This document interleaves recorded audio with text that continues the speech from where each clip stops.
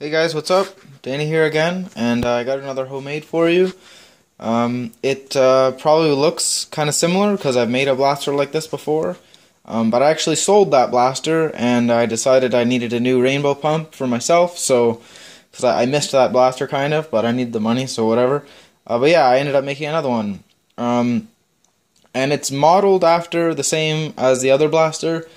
It's that blaster made by Nerfomania a long time ago that I got Drac bought of him, and yeah, just getting right into it.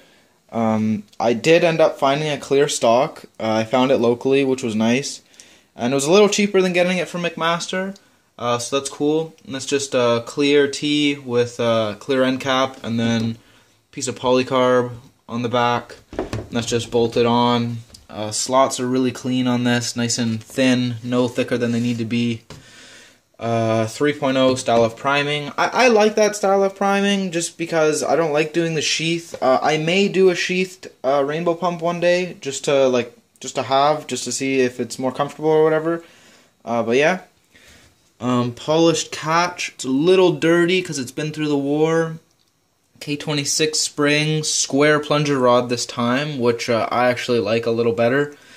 And it's actually aluminum, and I don't know if you can tell, but I drilled and countersunk a ton of holes into it just to make it lighter. I don't think it made it weaker. Well, like it did, definitely, but not weak enough that it's going to break, because, you know, it's just a Nerf blaster that doesn't really need to withstand too much force, and it is aluminum. It's quite strong.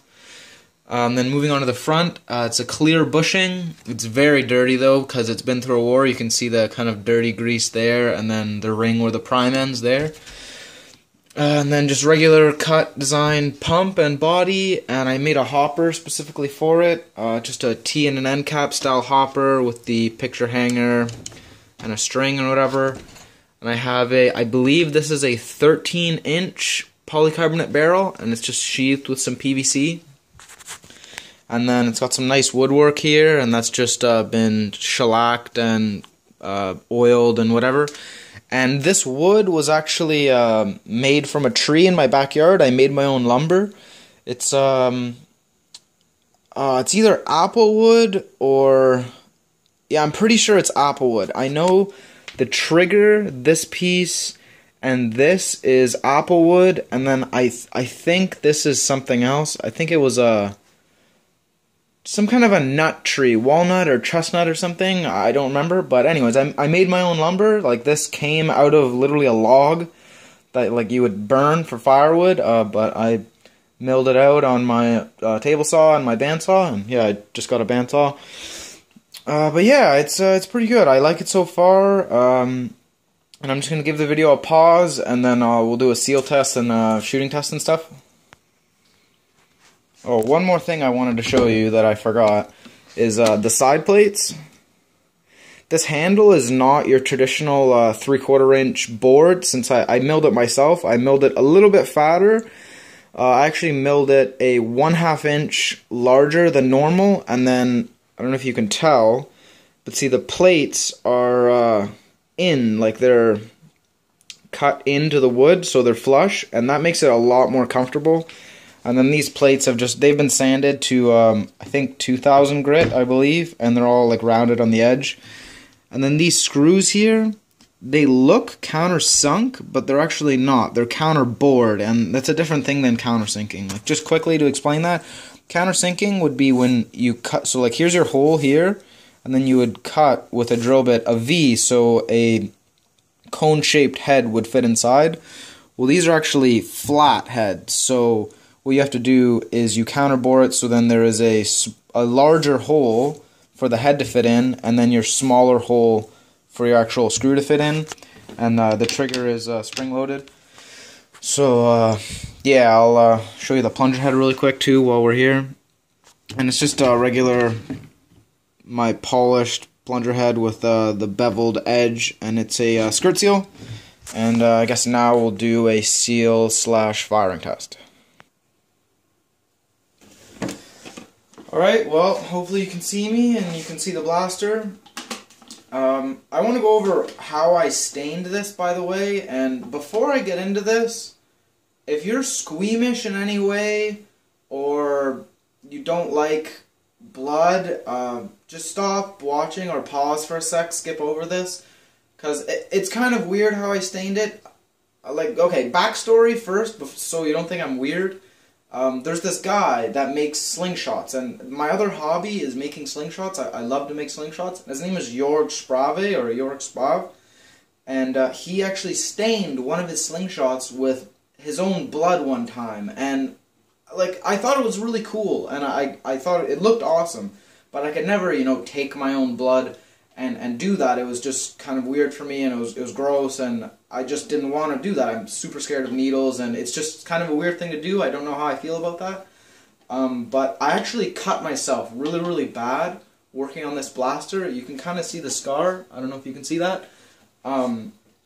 And it was bleeding a lot, and I was actually kind of worried that I need stitches, but regardless, I was cleaning it out in the sink, and, you know, cleaning my hand and wrapping it up, and there was a lot of, like, blood in the sink, as gross as that is, and I thought about that video about that slingshot, and I went, oh, this is a perfect opportunity. I could totally do this, and I don't even need to take blood or anything. So I actually used the blood from the cut to do this, and what I did was I just soaked the wood in the sink, and there was water in there too, and probably some hydrogen peroxide, and I soaked all the parts in there for maybe 2 or 3 hours, and then I really like rubbed it in, and then I took that out, and it dried, and it was a nice color at first, and then it started to get kind of dark, and I don't know, just a little brownish red, like really, really dark, darker than I wanted.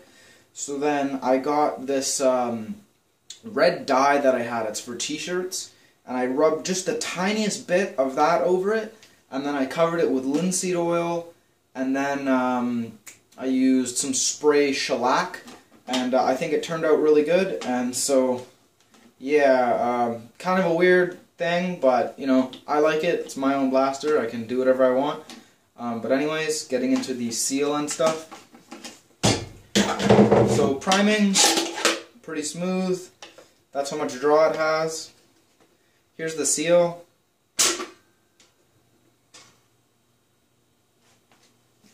And it's pretty much not moving. So nice seal.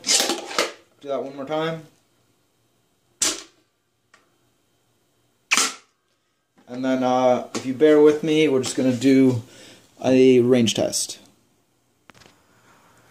Alright, back. I know I said range test, but I actually meant to say cardboard test. I know I said that in my last video too. I don't know why I keep getting that mixed up. But just some regular stuff-ins. I think I have 5 or 6 of them load up. And there's a nice thick piece of cardboard in my vise.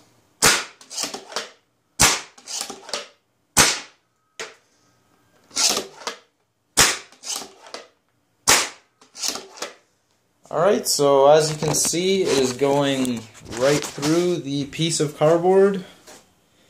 And it's pretty thick cardboard. It's like regular box, dual layered, single corrugated box. And then I have one more shot in the hopper. And we can just shoot that down here so you can kind of get a line of sight going on. And yeah, I don't know if you saw that, but yep, shoots pretty good.